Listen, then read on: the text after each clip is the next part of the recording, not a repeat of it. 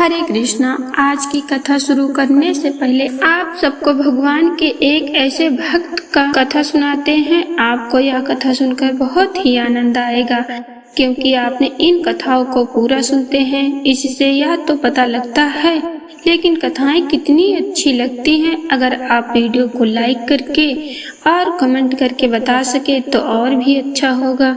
आपको सुनाते हैं एक ऐसे पापी की कहानी जो स्वयं श्री राम जी की गोद में बैठा था। एक समय की बात थी, दो भाई थे, करमचंद और धर्मचंद। जो धर्मचंद था वो बड़ा भाई था और उसका मन भगवत में बहुत लगता था, और करमचंद विषय पुरुष था, शराब आदि का सेवन किया करता था। बड़े भाई धर्मचंद संतों से निवेदन करके उनको घर लाते, उनकी आरती करते और प्रसाद खिलाते। यह सब देखकर करमचंद संतों को गाली दिया करता, क्योंकि वह दुष्ट स्वभाव का था। अब बड़े भाई ने सोचा कि इस दुष्ट का कैसे कल्याण होगा, क्योंकि संतों को गालियां देने से तो दुर्गति पक्की है। फिर एक बार अयोध्या के संतों की मंडली उनके पास से गुजर रही थी। धर्मचंद जी ने सुना तो सम्मान सहित उनको आपने घर बुलाया, फिर उनकी आरती उतारी और प्रसाद ग्रहण कराया। इतने में ही शराब पीकर करमचंद वहां आया और उन सबको गालियां देने लगा। उसका कमरा ऊपर था, वह सबको गालियां देते हुए अपने कमरे में चला गया। संतों ने धर्मचंद जी से कहा कि आप तो हमें आदर पूर्वक लाए, लेकिन यह कौन है? धर्मचंद जी ने कहा, महाराज क्षमा करें, यह मेरा छोटा भाई है। गलत संगतियों के कारण इसकी ऐसी दुर्दशा हो गई है। उन्होंने पूछा, महाराज क्या इसका कल्याण हो सकता है? संतों ने कहा, क्यों नहीं हो सकता, पक्का हो जाएगा, आप चिंता मत करो। उनमें से एक संत हष्ट पुष्ट थे। अब वह ऊपर करमचंद के कमरे में गए। बाहर से दरवाजा खटखटाया तो करमचंद ने दरवाजा खोला। संत भगवान समझ गए कि यहाँ विनय से बात नहीं बनेगी, तो उन्होंने पहले तो करमचंद को नीचे गिराया और फिर उसकी छाती पर चढ़कर बैठ गए। फिर संत ने कहा, राम बोलो। करमचंद ने कहा, नहीं बोलूंगा। संत ने कहा, अगर राम नहीं बोलोगे तो मैं तुम्हारा गला दबा दूंगा, यहाँ कोई तुम्हें बचाने वाला भी नहीं है, बोलो राम। काफी देर विचारने के बाद करमचंद ने सोचा कि अब बचने का कोई उपाय नहीं है, तो बचने के लिए उसने कहा, राम राम। सुनते ही संत महाराज जी उसके ऊपर से हट गए और बोले, बेटा इस नाम की कीमत कभी मत लेना, इसे बेचना मत। और कुछ दिन बाद सारे कर्मों का फल करमचंद को मिला। जो कुछ भी आज तक उसने किया, उस कर्म के कारण उसे जानलेवा रोग हुआ और उसकी मृत्यु हो गई। अब करमचंद यमराज जी के दरबार में पहुंचा। यमराज जी ने जब उसका लेखा जोखा देखा तो उसके खाते में केवल पाप ही पाप लिखे थे। बस 2 बार उसने किसी संत की कृपा से राम बोला था। यमराज जी ने कहा कि राम नाम जपना ही एकमात्र पुण्य है, तुम्हारा क्या लोगे इस राम नाम के बदले में? करमचंद महाराज जी की संगति के कारण ये बात याद रही, जिन्होंने कहा था कि बेटा इस राम नाम के फल को बेचना नहीं। तो करमचंद ने पूछा कि पहले तो हमें इसकी कीमत बताइए। इस 2 बार राम नाम जपने की अब यमराज जी फंस गए। सोचने लगे कि भगवान नाम की कीमत लगाने से तो बड़ी भारी अपराध बन जाएगा। तो उसने थोड़ी देर विचार किया और फिर सोचने लगे कि क्यों ना देवराज इंद्र से सलाह ली जाए। अब यमराज जी ने देवराज इंद्र को बुलवाया और उसने सारा हाल सुनाया। तब देवराज इंद्र ने कहा कि इसका निर्णय तो मैं भी नहीं कर सकता, इसका निर्णय तो केवल ब्रह्मा जी ही कर सकते हैं। करमचंद बहुत चतुर था, उसको भी अब नाम की महिमा समझ आने लगी। तो उसने कहा, यह भयंकर रूप वाले यमदूत मेरे सामने से हटा दिए जाएं और जहाँ भी मुझे ले जाना हो मैं पैदल नहीं चलूंगा, मेरे लिए पालकी बुलाई जाए। देवराज इंद्र और यमराज जी ने करमचंद को पालकी में बैठाया और ब्रह्मलोक ले गए। सारा वृत्तांत जानकर ब्रह्मा जी ने पूछा, क्या पुण्य है इस जीव आत्मा का कि आप दोनों स्वयं इसे पालकी में बैठा कर लाए हैं? तब यमराज जी ने कहा कि यह तो महान पापी है, पर इसने 2 बार राम राम बोला है और अब बोल रहा है कि उसकी कीमत बताओ। ब्रह्मा जी भी सर खुजलाने लगे, क्योंकि राम नाम की कीमत तो वो भी भला कैसे बता दे। तब ब्रह्मा जी ने कहा, राम नाम की महिमा को भगवान शिव जानते हैं। अब हम सब कैलाश चलते हैं और शिव जी से ही नाम की महिमा सुनते हैं। अब वह पापी जीवात्मा ब्रह्मलोक से सुख प्राप्त करके बहुत ही प्रसन्न था। अब सभी लोग भगवान महादेव के धाम पर पधारे। भगवान शंकर के दर्शन करते ही जीवात्मा को तो परम आनंद महसूस हुआ और उसके सारे पाप नष्ट हो गए। भगवान शिव ने पूछा कि आप सबका कैसे आगमन हुआ। तब यमराज जी ने कहा कि प्रभु, इस जीवात्मा ने 2 बार राम राम जपा है और अब उसकी कीमत पूछ रहा है। हम आपसे राम नाम की कीमत पूछने आए हैं। शिव जी ने कहा, रा कहकर मैं हलाहल विष को पी गया और माँ कहकर उसको कंठ में रोक लिया। मैं भी दिन रात राम नाम ही जपता हूँ और इसी राम नाम से काशी में मरे हुए जीवों को मोक्ष प्रदान करता हूँ, पर राम की कीमत बताने की तो मेरी सामर्थ्य भी नहीं है। उन्होंने बोला, सीधे साकेत धाम चले जाएं और सीधे श्री राम जी से ही इसके विषय में पूछा जाए। अब तो जी आत्मा को बड़ा आनंद हुआ। सभी लोग जी आत्मा को दूल्हे की तरह पालकी में बैठाकर साकेत धाम पहुँचे। तब भगवान श्री राम जी ने पूछा, कैसे आगमन हुआ। यमराज जी ने बताया कि प्रभु, यह जीवात्मा बड़ा पापी है, लेकिन इसने आपके एक प्रेमी महात्मा के कहने पर 2 बार राम राम जपा है और अब यह उसकी कीमत पूछ रहा है। तब भगवान श्री राम ने कहा, इसको मेरी गोद में बैठाओ। भगवान श्री राम ने उस जीवात्मा को अपनी गोद में बैठाया और उसको दुलार करते हुए कहा कि कीमत तो मैं भी नहीं बता सकता, पर महिमा आप स्वयं देख लो। यह पापी होते हुए भी मेरी गोद में बैठा है।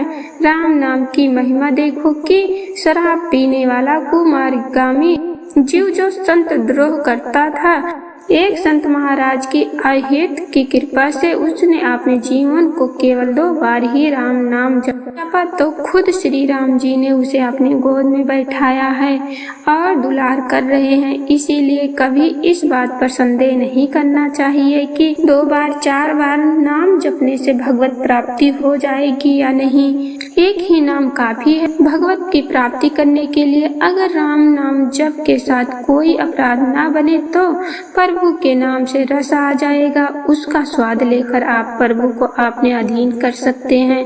नाम जप से आपको प्रभु की लीलाओं में प्रवेश करने और उनके श्री अंग की सेवा करने का सौभाग्य भी प्राप्त हो सकता है। यह कथा थी आज का प्रसंग। सभी मिलकर प्रेम से बोलिए सियापति रामचंद्र जी की जय।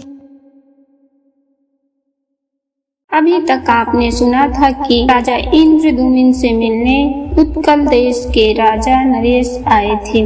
अब हम आगे की कथा सुनेंगे। नारद मुनि द्वारा इस प्रकार आश्वासन दिए जाने पर राजा इंद्रद्युम्न अत्यंत प्रसन्नचित्त हो गए। उन्होंने उत्तम बुद्धि से विचार किया और फिर अपने परिश्रम को सफल माना। सभासदों को विदा करके मुनि का हाथ पकड़कर अंतःपुर में प्रवेश किया। फिर विधि पूर्वक उनकी पूजा करके उन्हें पलंग पर सुलाया और उन्हीं के साथ बातचीत करते हुए शेष रात्रि व्यतीत की। उसके बाद निर्मल प्रभात हुआ और नित्य क्रम पूरा करके राजा ने जगन्नाथ जी का पूजन किया।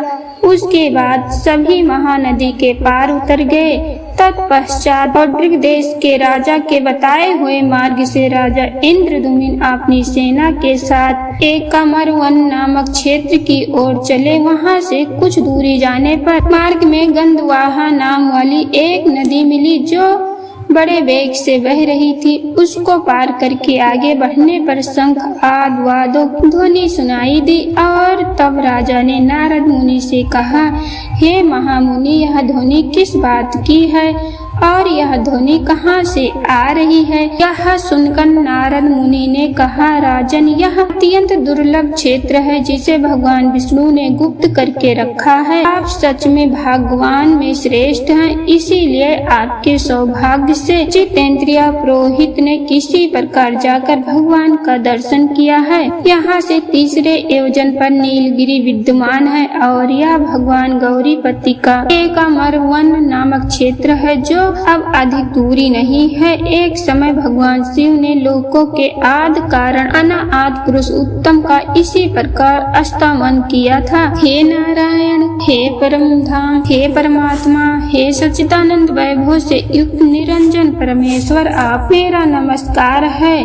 आप संसार के कारण हैं और गुणों के भेद से सृष्टि पालन और संहार रूप कर्म करते हैं। स्वप्रकाश परमात्मा आपने ही अपनी योग माया से अपने आप को गुप्त करके रखा है।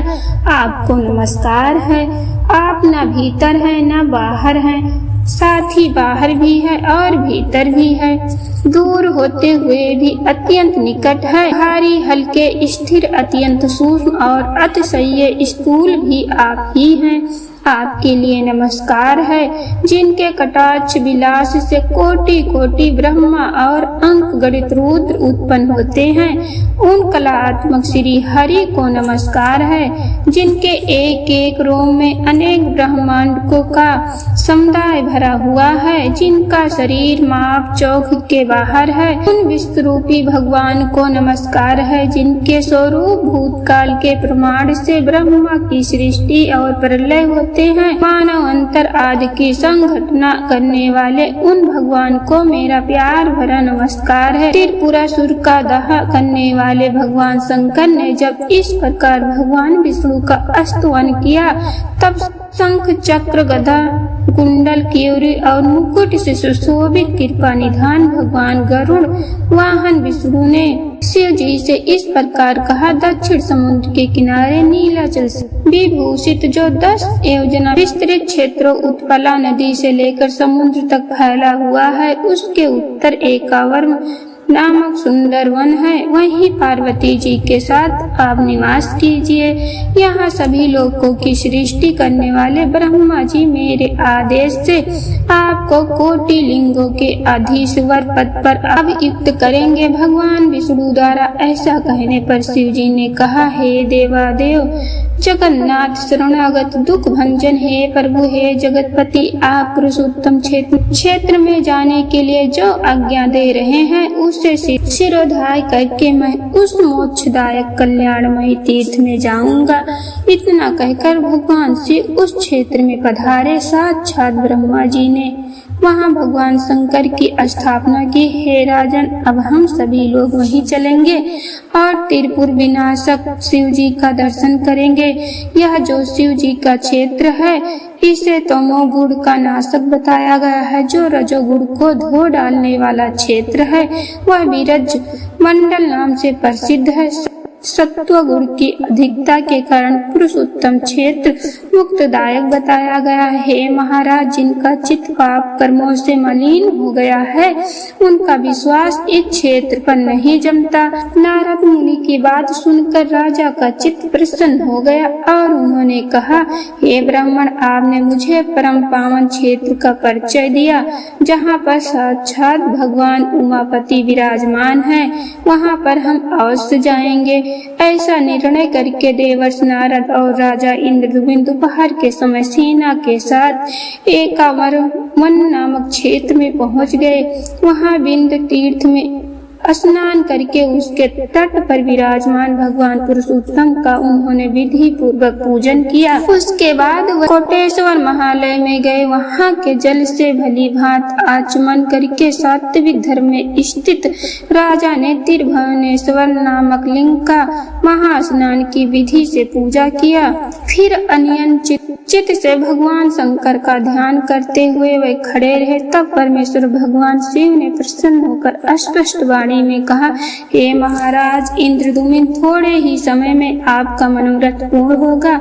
उसके बाद उन्होंने नारद मुनि से पूछा, देव महाभाग, ब्रह्मा जी ने जो आज्ञा दी है उसे इस राजा द्वारा अश्वमेध यज्ञ कराते हुए पूर्ण करो।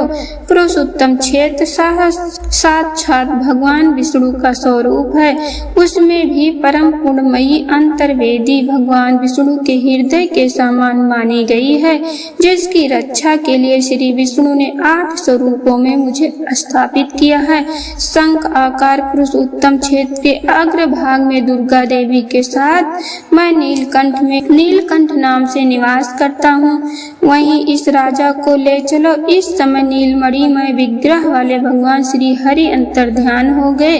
वहाँ मेरी आज्ञा से भगवान श्री नरसिंह देव का क्षेत्र बनवाओ। उस क्षेत्र में हमारे समीप निरूप श्रेष्ठ इंद्रद्युम्न 1 सहस्त्र अश्वमेध यज्ञ करेंगे। यज्ञ समाप्त हो जाने पर इन्हें वह अद्भुत ब्रह्मा स्वरूप वृक्ष दिखलाओ। उसके द्वारा विश्वकर्मा 4 प्रतिमाओं का निर्माण करेंगे और उन प्रतिमाओं की स्थापना के समय ब्रह्मा जी स्वयं पधारेंगे। उसके पश्चात यह राजा समस्त पापों का नाश करने वाले और संपूर्ण जगत के आधारभूत भगवान विष्णु का दर्शन कर पाएंगे। कष्टमय शरीर धारण करके प्रकट हुए भगवान के दर्शन मात्र से मोक्ष प्राप्त हो जाता है। नारद भगवान विष्णु अपनी आज्ञा के पालन और भक्ति से प्रसन्न होते हैं। भगवान शिव की बात सुनकर नारद मुनि भी जगत गुरु महादेव जी को प्रणाम करने लगे और फिर हाथ जोड़कर कहा, हे प्रभु, आपने जो आदेश दिया है वैसा ही करने के लिए ब्रह्मा जी ने भी मुझे आज्ञा दी है। हे नाथ, आप और ब्रह्मा जी परमात्मा श्री हरि से भिन्न नहीं है। इन राजा इंद्रद्युम्न की भाग समृद्धि सच में महान है, इसीलिए इन्हें तीनों देवताओं का वह विशाल अनुग्रह प्राप्त हुआ जिसको मन के द्वारा सोचा भी नहीं जा सकता था। जिनके प्रसंग से पापी मनुष्य भी भव सागर तर जाते हैं, वह भूत भावना भगवान विष्णु अचित महिमा वाले हैं। वह भगवान कितनी भक्ति से प्रसन्न होते हैं यह बात बुद्धि में नहीं आ सकती।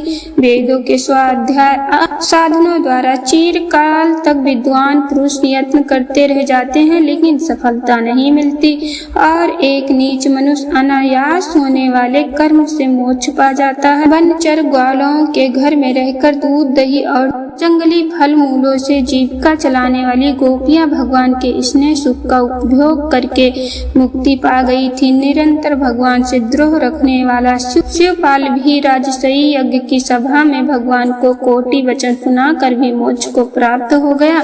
भगवान का चरित्र ऐसा है वैसा है इस प्रकार के निश्चय का विषय नहीं है। बहुत समय तक महान प्रयत्न करते रहने पर भी भगवान विष्णु के दिव्य चरित्र के विषय में कोई निर्णय नहीं दिया जा सकता है। इस संसार में पुरुषोत्तम क्षेत्र का निवास भगवान के सायुज्य की प्राप्ति कराने वाला है। भगवान विष्णु इंद्रद्युम्न के प्रसंग से वहाँ सभी लोगों को प्रत्यक्ष दर्शन देंगे और उसके बाद भगवान शिव ने तथा अस्त इतना कहकर वहाँ से वह अंतर्ध्यान हो गए। और यही थी आज की कथा। जेठ मास की अगली कथा में मिलेंगे। तब तक के लिए आप कथा को सुनते रहिए और अपना ढेर सारा प्यार बनाए रखिए। हर हर महादेव।